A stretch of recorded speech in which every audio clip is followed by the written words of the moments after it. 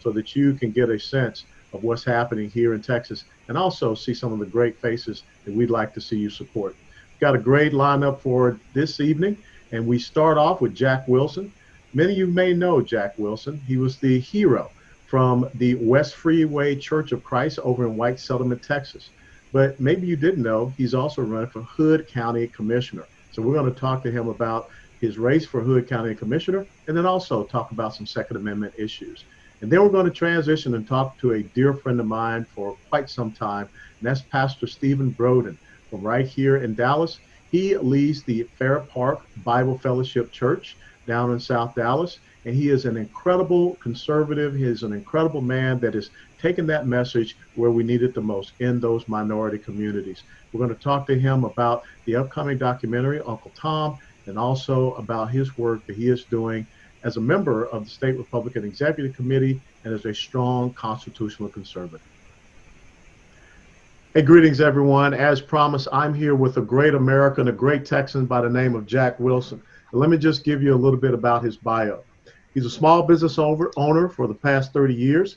He's worked for 18 years negotiating proposals and contracts for major defense companies. He has served as a Hood County Reserve Deputy Sheriff from 1980 to 1986.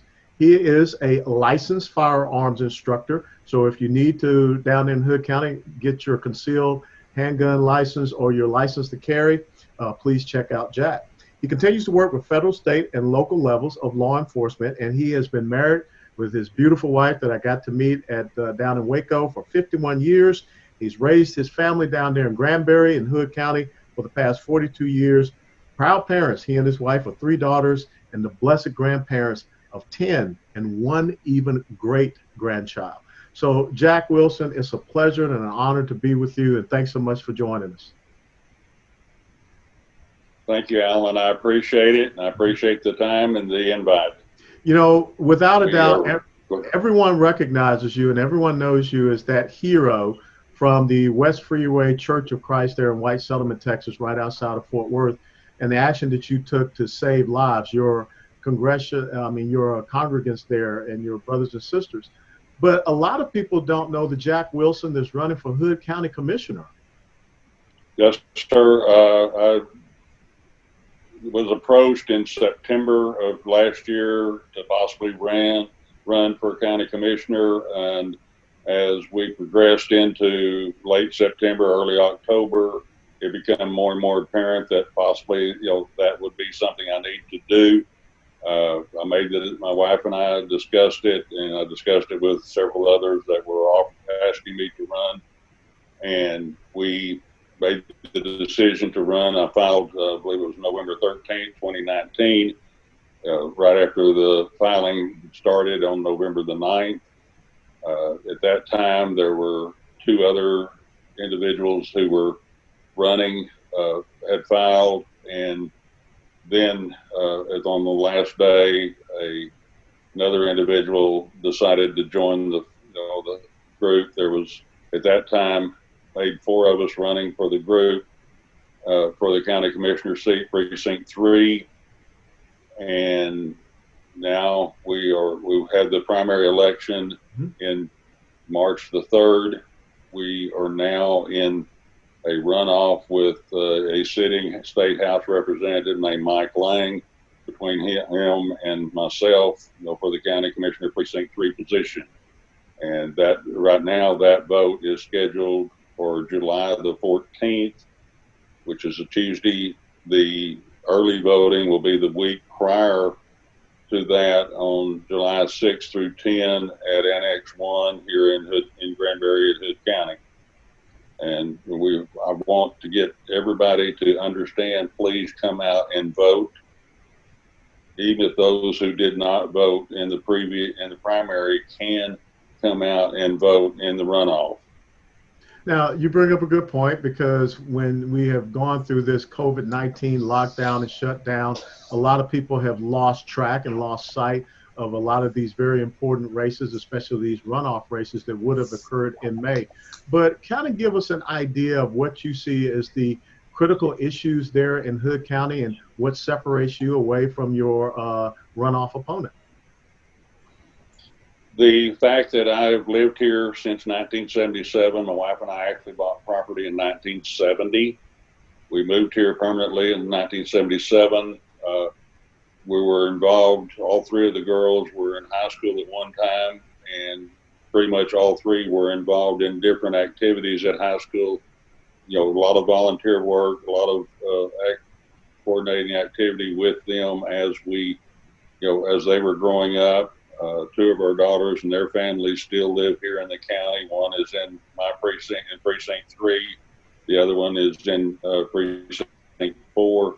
But we still have a lot of resources that we have used in volunteering for the county. We've seen the county grow from a small sleepy town after the lake was put in, and then basically explode. There's over 230 miles of shoreline around the lake, and there's pretty much developments on all of that.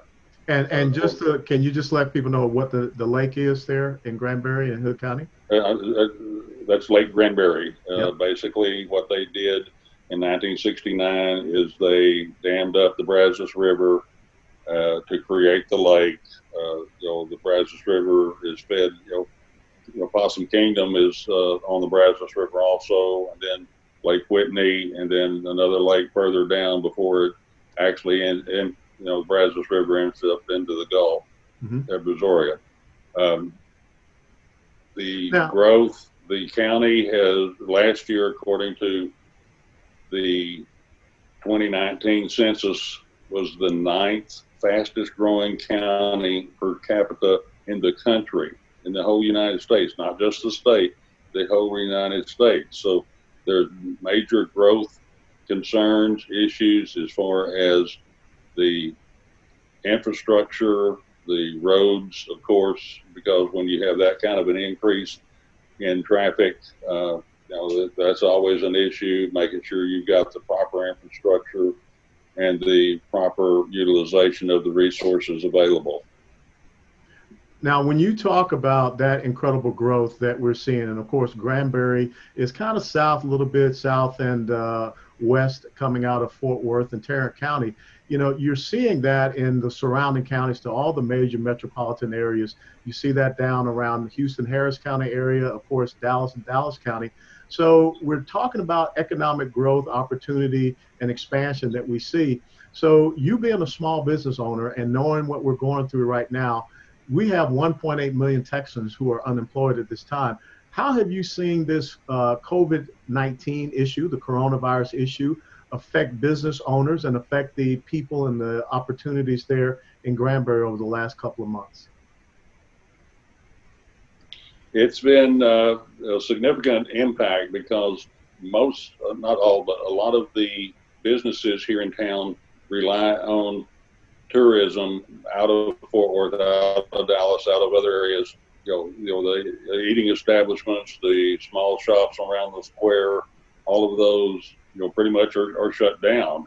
With the governor's order yesterday, that get to open up, a little bit on Friday, but there's still a major impact, to the that there's a lot of people that are unemployed in the county and not being able to go to work and provide for their families. So that is an issue that is an ongoing continuance that we have to keep dealing with on a daily basis until the orders are rescinded and everybody can go back to work full time. Now, what's the mood of the people down there in Granbury and Hood County as far as getting back to work? Because I know that there's a website out there called Open Up Texas, and yes, people are itching to get back going. So is that also a prevailing attitude there in Hood County? Yes, sir, it is. There's a significant number of people who are wanting to go back to work, need to go back to work, and wanting to enhance, go against actually there's a push here in the county that that was to go against the governor's executive orders, which was again on the table today at County Commissioner's Court. There's a lot of people who feel like that the county commissioners should have gone against the governor's wishes and open everything up wide open right off the bat. In accordance with state constitution and state law, they cannot do that. In fact, today's vote to table that resolution that was presented by one of the county commissioners actually was tabled on a 4-1 vote until further review and discussion. So as bad as it is that the people cannot go back to work at full throttle at this point, I fully understand and respect their wishes. I wish everybody could go back to work myself, but at this point they can't do that.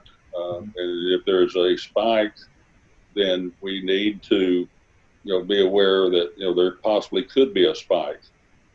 I have personally been in contact with the Governor Abbott's office now 5 times in the last 10 days.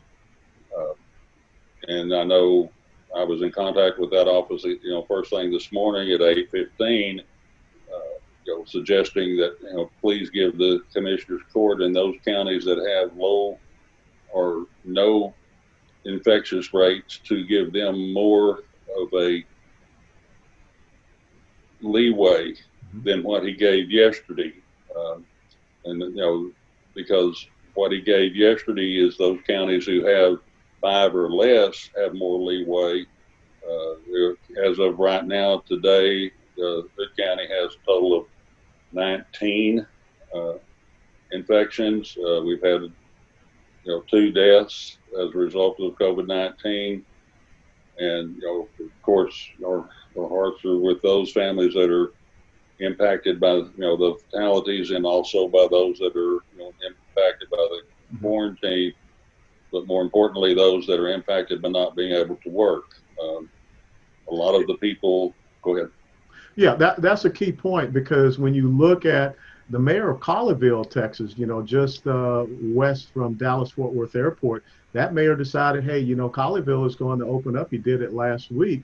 And when I have a concern or a bit of a, I guess, a reticence against, you look at the state of Texas, 254 counties, it's very difficult to have a cookie cutter approach on 254 counties. And so I think it would be better if we allow some of this decision making to go down to the county, to maybe even that local city level, as long as we are issuing out the right guidelines from the state of Texas, from the governor's office. Yes, sir. And that's what I had been proposing to the governor's office in my contact there is, since I had actually proposed that, instead of a number of 5, infectious rate as he used yesterday, 25. And, and then again, if there's a spike, then we go back basically to square one as far as shutting things down again, although that didn't happen. We have minimal amount of, here in the county. There's, some counties in the state that have 0 infectious rate.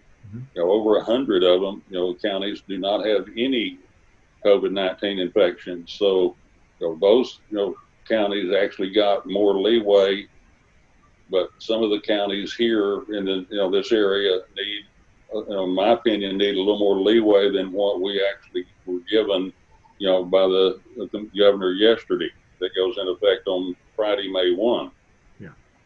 Well, and let's talk about something else, because again, you brought up the point about the growth as far as the population and an expansion there. Are you seeing a shift in the political demographics there in Hood County and Granbury, because maybe you're having a lot of new people moving to the area? Seems to be somewhat, although it's still minimal. The Hood County is primarily a very strong Republican county. The ratio is, roughly, in precinct 3, 9-to-1 Republican over Democrat. One of the things that, was concerning in the primary election, as an example, though, was the fact that there's 11,687 registered voters in precinct 3, and only 3,847 actually voted. So the whole task of getting people to come out and vote is very important, and that's one of my focal points that I'm going to be addressing. Is even the people who did not vote in the primary can still vote in the runoff, on July 14th.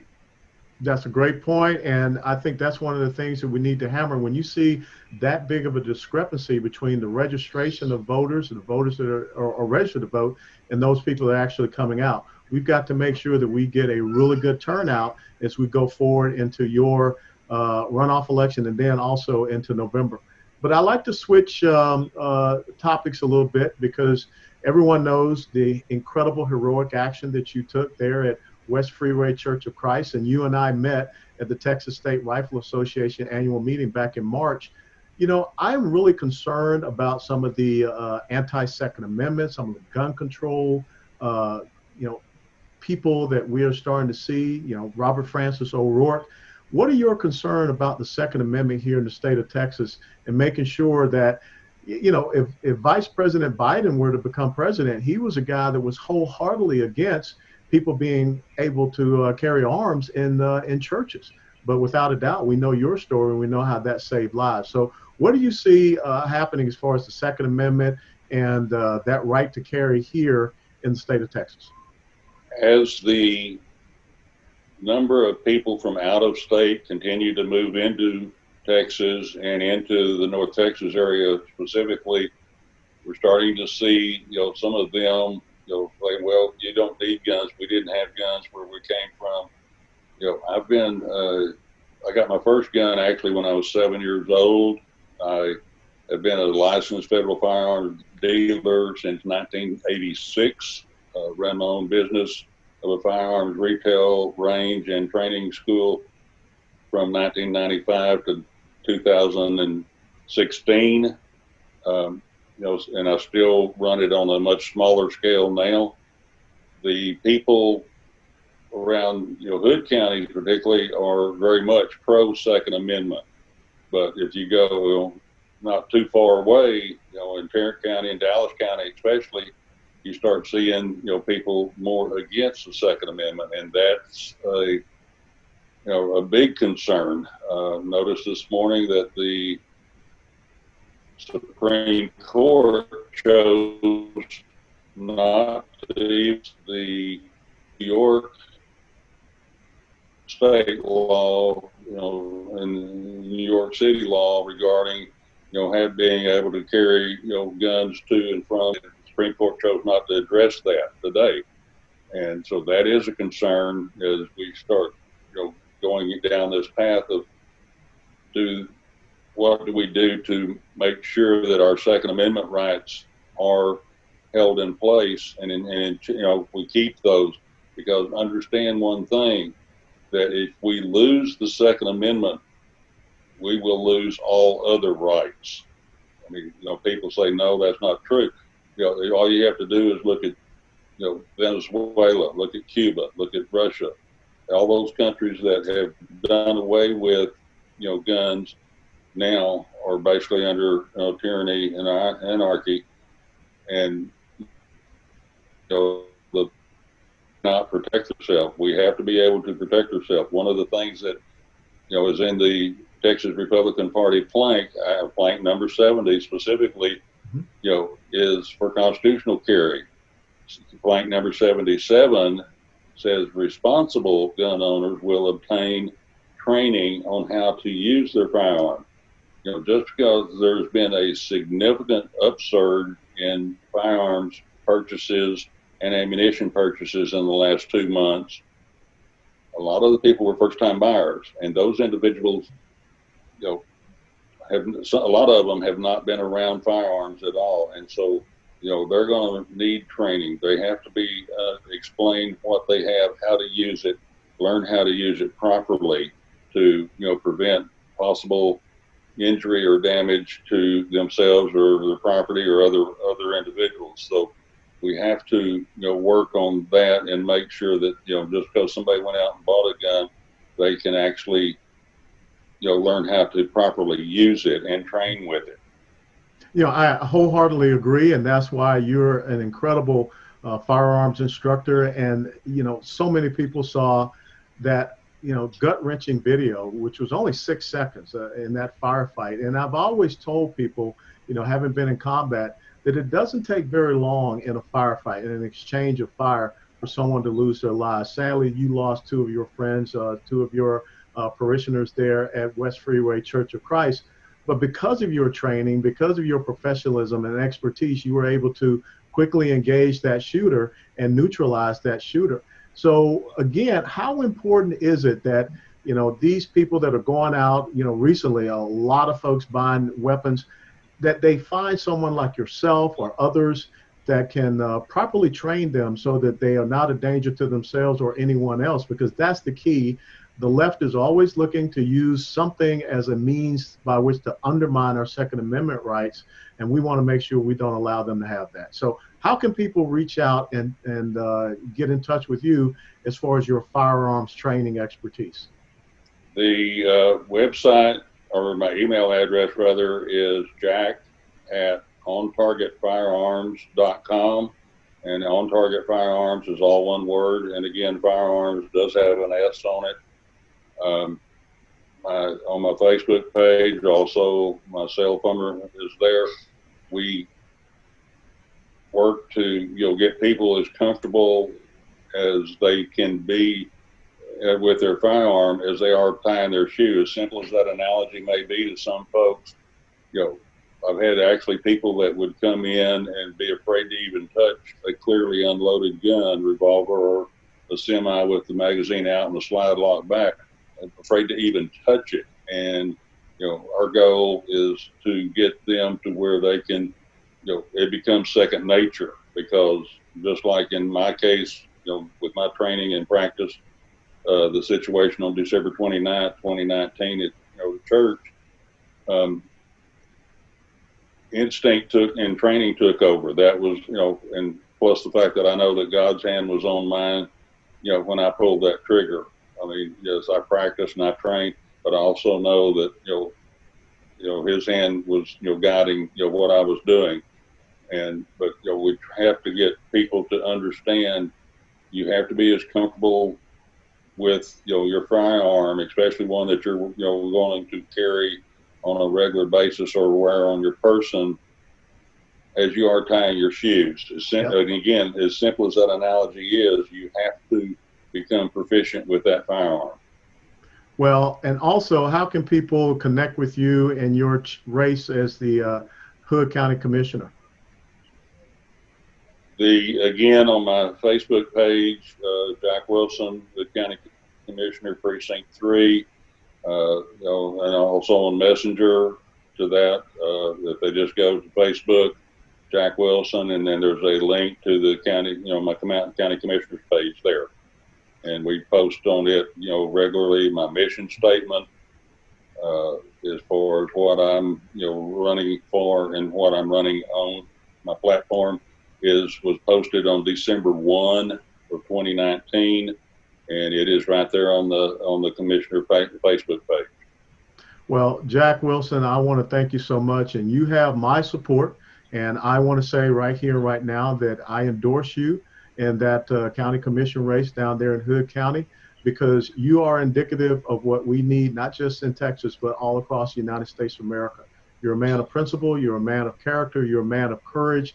We thank you for your service and what you did back in December, but we thank you for what you're going to do in serving the people of Hood County down there as their county commissioner. So thanks for being with us here on Chairman Chats. Thank you, sir. I appreciate it, and I appreciate your endorsement. Thank you, and we look forward to seeing you again shortly. Absolutely, and let's go shooting. I'm sure you can help me to improve my handgun skills. I was just a stupid artillery officer, so. No, we work on both all ages and all both men and women, trying to get them comfortable where they need to be. To where they can proficiently carry their firearms safely. Wow. One other thing I forgot to mention earlier, also, I have been invited to speak September 24th and 25th at the State Bar of Texas Firearms Law Seminar in Austin, and I will be there, those 2 days, speaking at that event also. Well, great. And if you are down in Austin that time period in September, please go by and meet this incredible, phenomenal man that I had the opportunity to meet back in March at the Texas State Rifle Association annual meeting. Jack Wilson, thanks. Stay safe and stay healthy. Thank you, sir. You also be safe, and look forward to seeing you again. Yes, sir. Thank you. Ladies and gentlemen, that was Jack Wilson. Now stand by. We have Pastor Stephen Broden up next. And as I said, Pastor Broden is an incredible constitutional conservative activist right here in Dallas. Hey, greetings, everyone. And we continue on with our little chairman chat with a dear friend of mine, someone that has been in the trenches in the conservative movement for quite some time. That's Pastor Stephen Broden of Dallas, Texas. He is the pastor of the Fair Park Bible Fellowship for the past 37 years. It's a non-denominational inner city church right here in Dallas. He's married to Donna Broden. They have 2 daughters and 1 son. He's been a resident here in the Dallas, Texas area for 43 years. And when you talk about someone that has been in this fight for quite some time, I had the pleasure and honor of meeting Pastor Broden about 7 years ago. And when I was in Congress, we did an event with him up there for the pro-life movement, especially in the Black community. And I will tell you that there is no one that can articulate constitutional conservatism and has been so stalwart of an incredible advocate, especially in the Black community over the years, than Pastor Stephen Broden. And with that being said, I'd like to play a clip recently of a upcoming documentary that will be coming out called Uncle Tom. Here's Pastor Stephen Broden in that clip. When I was raised, the big issue was civil rights, and my parents were engaged in the civil rights movement, and they taught us about what that was all about, why this was going on. So they explained what was happening in the 50s and the 60s. I was born in the 50s, and I was a teenager in the 60s when all of the civil rights movement was happening. And so I say that was a conservative movement. It was a movement that was challenging America to embrace its ideas, to implement its ideas, those ideas that were found in the Declaration of Independence, that all men are created equal and endowed by their Creator, to hold our society, America, to the principles that were found in the Constitution, and those constitutional principles that protect our liberties and protect our individual rights. And so that's how my parents raised me. And I believe that's what that civil rights movement was all about.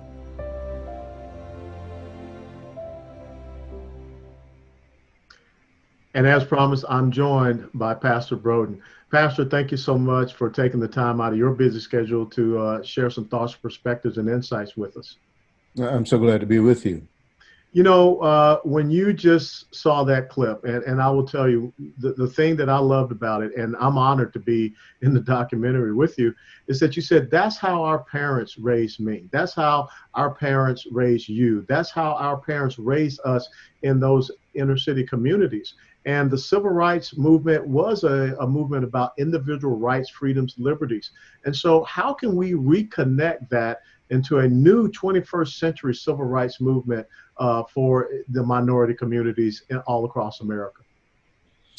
That's a very good question, and one that we have grappled with as Black conservatives for a long time. How do we reconnect our community with the roots of our civil rights movement, and to bring it back in line with the principles that that sort of drove things to where we were able to have access to our nation, whereas before we did not? That's a very challenging question. I think it begins, Colonel, with 3 things. Number 1, information. Number 2, education.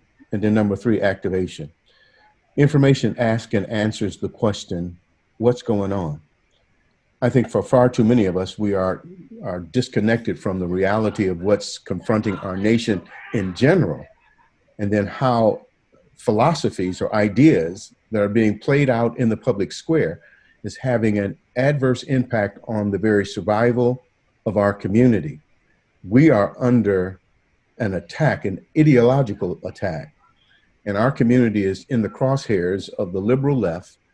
And so information has to be a part of whatever it takes for us to get our community up and actively engaged in pushing back against what is taking place in our nation today. Number two is education, which asks and answers the question, why is this happening? And when you answer that question, it's going to take us to some ideologies that are out there that are influencing our nation, influencing the public square. I'm talking about Darwinism, socialism, communism, human secularism, and all those isms are philosophies that have been created by men who are God haters. Our community is not aware of that. We don't know of these philosophies, not to the extent that we can begin to process our reality through understanding what they are and how they are impacting our culture and our community today. And then out of that comes activation. There is no activation of any meaningful purpose without information and education. It's just moving around without a purpose. And so purpose becomes evident to us through information and education. And then out of that becomes the activation. So in the conservative movement, it is important for us to recognize that we have to answer these questions. What's going on? Why is it happening? Then I think we can get movement. You know, you're absolutely right. And, you know, when you think about the principles and values of the Black community, you know, our faith, our families, the strength of the families, the quality education, individual responsibility, you know, small business entrepreneurship, service to the country. You know, my dad started out, you know, with World War II, my older brother, Vietnam, myself, and my nephew. Those are those principles and values that are fundamental to us, but for some odd reason, we're not discussing them. We're not talking about them.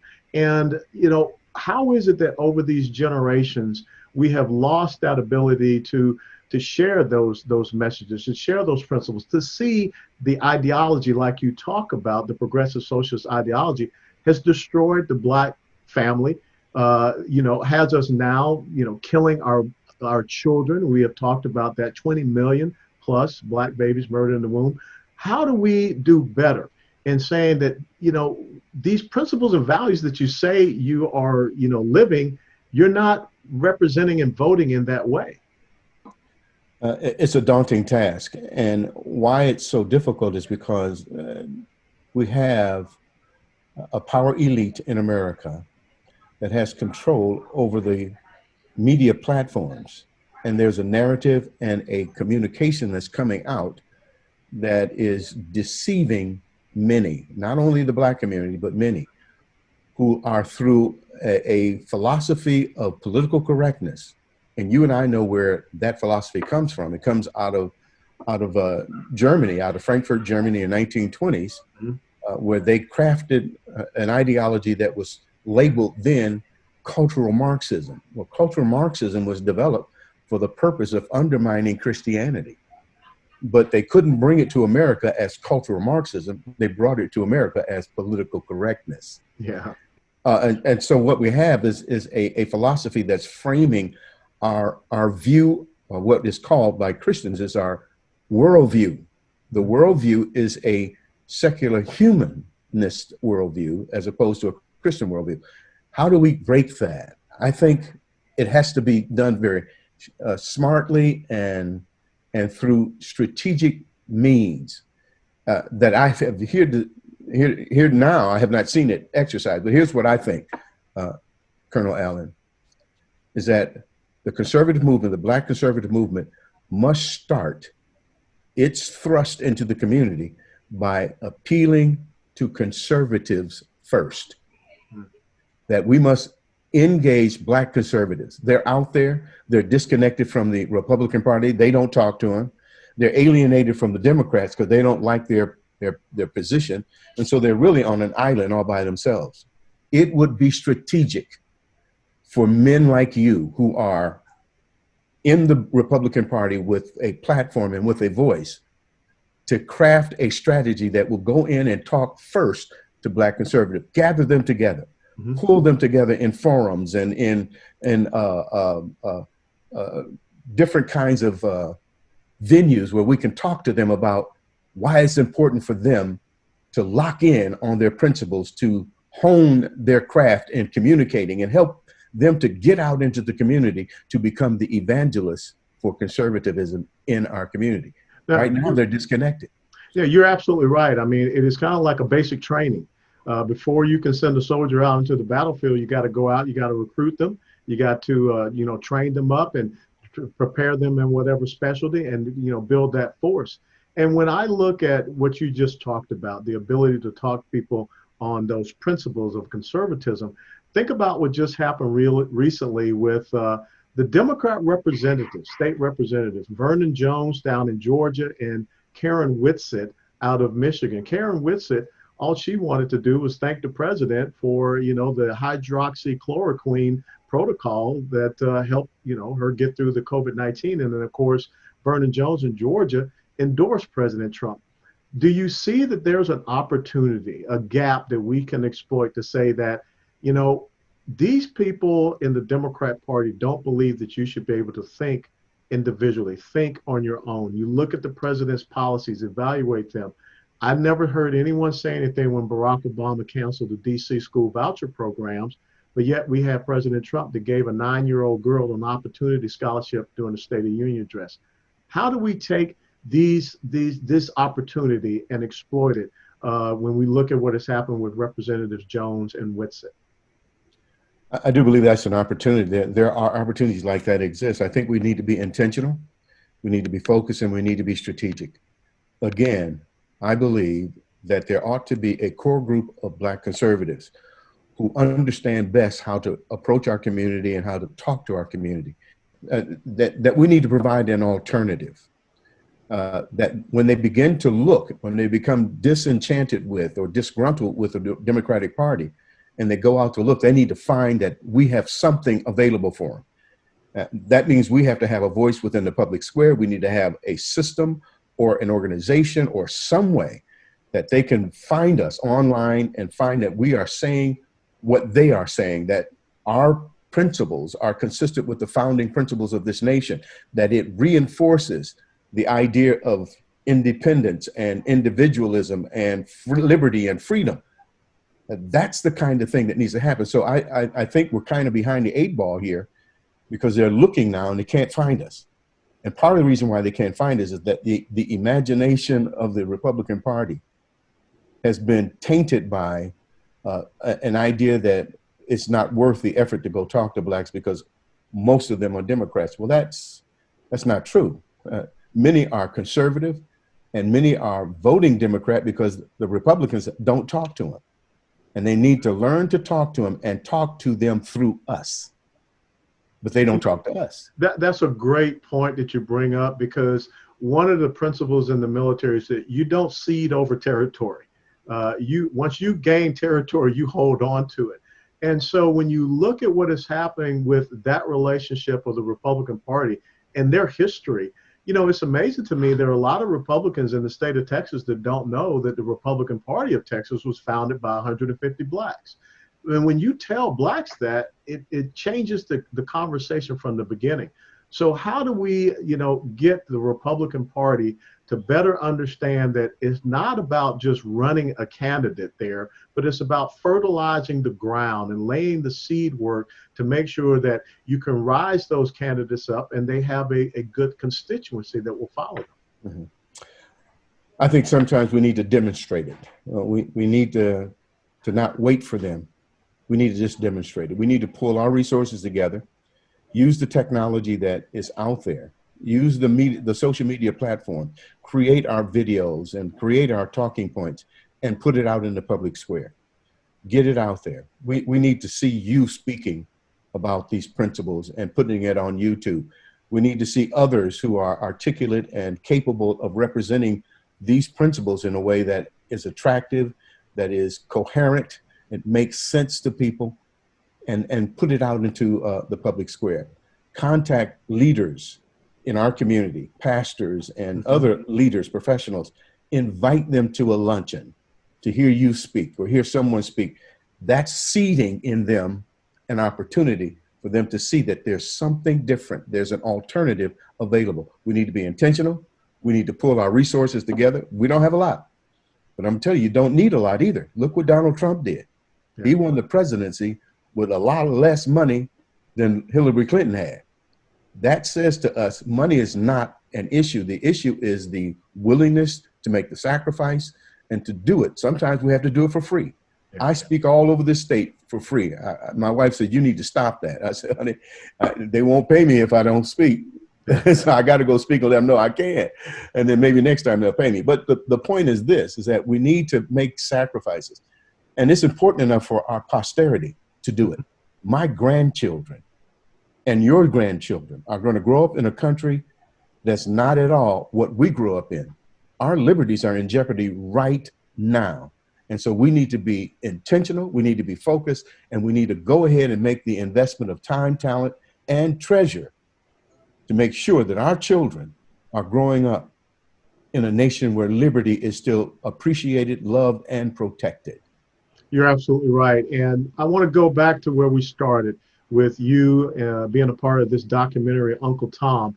And we're working very hard to get that premiere of that documentary right here in Dallas, Texas, because I think that we have an opportunity, as we have been talking about, to get that message out and to plant an incredible seed right here in the great state of Texas, which is, you know, seen by so many as being a leader. So how can we take something like this documentary, Uncle Tom, and capitalize on it and make sure that we build a momentum? You know, one of the things I hate is that we do something and then we go down into the valley and then we try to ramp it back up again. How do we maintain that steady state, and how can Uncle Tom kick us off? Well, if we see it as a kickoff, meaning that there's a program behind it, that there's a strategy behind it. It's not just showing it and then hope so, don't really know so program. We show it, and then the next step is to do something.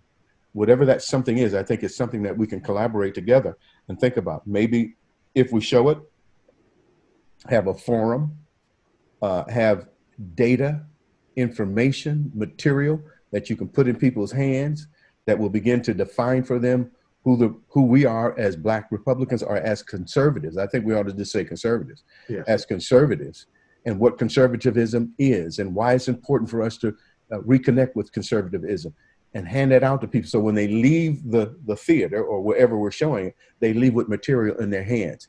When they leave with that material, it's going to have a website on there, or it's going to have a link where they can go get more data, more information. So you have to create content, create information, so that when somebody leaves and they say, man, that show was powerful, I wish I could talk to someone about it, they can go to that website and they'll pick up articles and information and have contacts with different groups. If there is a Black conservative organization that they can tie into them, if there are meetings that they have, let them know when the meetings have so they can come to those meetings and be a part of whatever strategy. So you have to be intentional. Absolutely. We just can't be flippant here. Our liberties are at stake. We need to be intentional, focused, like a laser, and be as smart. The Bible says as smart as wise as dove, but gentle, wise as snake, as gentle as doves. Yeah. Now, you talked about liberties, and I can't let you go until we talk about this issue. You're here in Dallas County. I'm here in Dallas County. We're dealing with this lockdown, shutdown, forced isolation. What have you seen as the ramification and adverse effects of this in the Fair Park community here in Dallas? I think as it impacts the Fair Park community, it impacts the city of Dallas. What's happening is that we're seeing an overreach of our elected officials. Clay Jenkins, Governor Abbott, they have used this crisis to expand their power base. And that expansion is an encroachment on our liberties. It is in direct conflict with the principles that govern our nation and our liberties. I think we need to push back on that. We need to remind them that they are elected officials, they work for us, and we need to insist that the shutdown comes to an end and that they open up our economy and let us go back to work. We have a little a banner that we have on our poster. It's called Back to Work Rally. And on it we say, protect the vulnerable but trust the healthy. Mm-hmm. Protect the vulnerable and trust the healthy. We know how to wash our hands. We know how to social distance, and we know how to do what is required in order to boost our immune systems and get back out there and go to work and keep this economy running. Mark Levin says something, and I love it. It's in Liberty and Tyranny. He says this. He says, the remedy to tyranny is conservatism, precisely because its principles are the founding principles. Those principles that founded this nation were principles that understood what freedom and liberty was all about. It was a spirit of revolt. It was a spirit of rebellion against tyranny. And we need that spirit back again in America. We're being bullied into silence, sheltering in place, staying in our homes, and our economy is going to hell in a handbasket. That's not by accident. That's by design, by the power elite that is seeking to move this nation towards globalism by destroying our economy. Fear-mongering, and they're forcing us into medical treatments, and that is vaccination. Vaccination is not the answer. The answer is hydroxychloroquine. That's the answer. But we got Governor Abbott, who's standing in between my doctor and telling him that he cannot give me or prescribe for me hydroxychloroquine unless I'm already halfway dead. He has no medical training. He has no scientific training. Why is he standing between me and my doctor? That's tyranny. We need to push back on him. Well, one of the quotes that I saw coming out of the protests in Michigan was that you quarantine the sick people. When it comes to when you do that to healthy people, that's called tyranny. I never want to see in the United States of America again an Easter Sunday where churches are locked shut, closed. That right. To me was just appalling. So, Pastor Stephen Broden, where can people follow you? Where can people learn more about you? And again, tell us about the church that you pastor, so maybe we can drop in and visit you once they open those doors. Sure. Those doors are open. The Fair Park Bible Fellowship, we're at 1321 Rowan Avenue in Dallas, Texas. We're on the eastern side of the Fair Park grounds. If you use the Fair Park grounds as a centerpiece, we're on the eastern side. And we've been pastoring in the inner city for almost 40 plus years. And we're there every Sunday. We have not stopped meeting. We open our doors and we exercise social distancing inside the church. So we're not sitting up on top of each other. We're washing hands. We're making sure that our place is cleansed. And so people can come and feel comfortable. If you want to wear a mask, you can wear a mask. But we believe that we can use common sense practices and maintain our health. We encourage boosting our immune system by taking vitamin C, vitamin A, and vitamin D, and keeping that immune system up so that we can fight it off. Viruses and bacteria are good for us. It helps us to develop our immune systems to fight them off. And so if you stay inside your house, being sheltered from the sun, which is vitamin D, by the way, you're going to weaken your immune system. So we tell people, get out in the sun. If it's no more in your backyard, if you don't want to travel around, get in your backyard, stand back there, get some sun and breathe in some fresh air and keep your immune system strong. There you go. We're at 1321 Rowan Street. You can come by anytime. We look for you to come anyway. So well, when you come talking. I will. Well, thank you so much, Pastor Broden, for taking time out of your busy schedule to be with us. And God be with you, and God bless you always. Thank you, Doc. Keep up the good fight. Absolutely. Ladies and gentlemen, thank you so very much for taking the time out of your busy schedules to tune in to our Facebook Live page here and allow us to share two great Texans every single week with you here at Chairman Chats. This is Colonel Allen B. West. Take care, stay safe, stay healthy. God bless Texas.